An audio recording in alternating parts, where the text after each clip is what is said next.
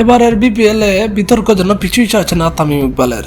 গত 9 জানুয়ারি রংপুর রাইডার্সের বিপক্ষে হারের পর অ্যালেক্স হেলসের দিকে তেরে গিয়েছিলেন ফরচুন বরিশাল অধিনায়ক তামিম। 16 জানুয়ারি ঢাকার ক্যাপিটালসের বিপক্ষে ম্যাচে ব্যাটিংয়ের সময় সাব্বির রহমানকে ফেক ফিল্ডিং করায় তার উপর ক্ষিপ্ত হয়ে বাজে ভাষা ব্যবহার করেন তামিম। সেদিন তিনি ম্যাচ ছাড়া হলেও পুরস্কার বিসিবি সভাপতি ফারুক আহমেদের হাত থেকে নেননি।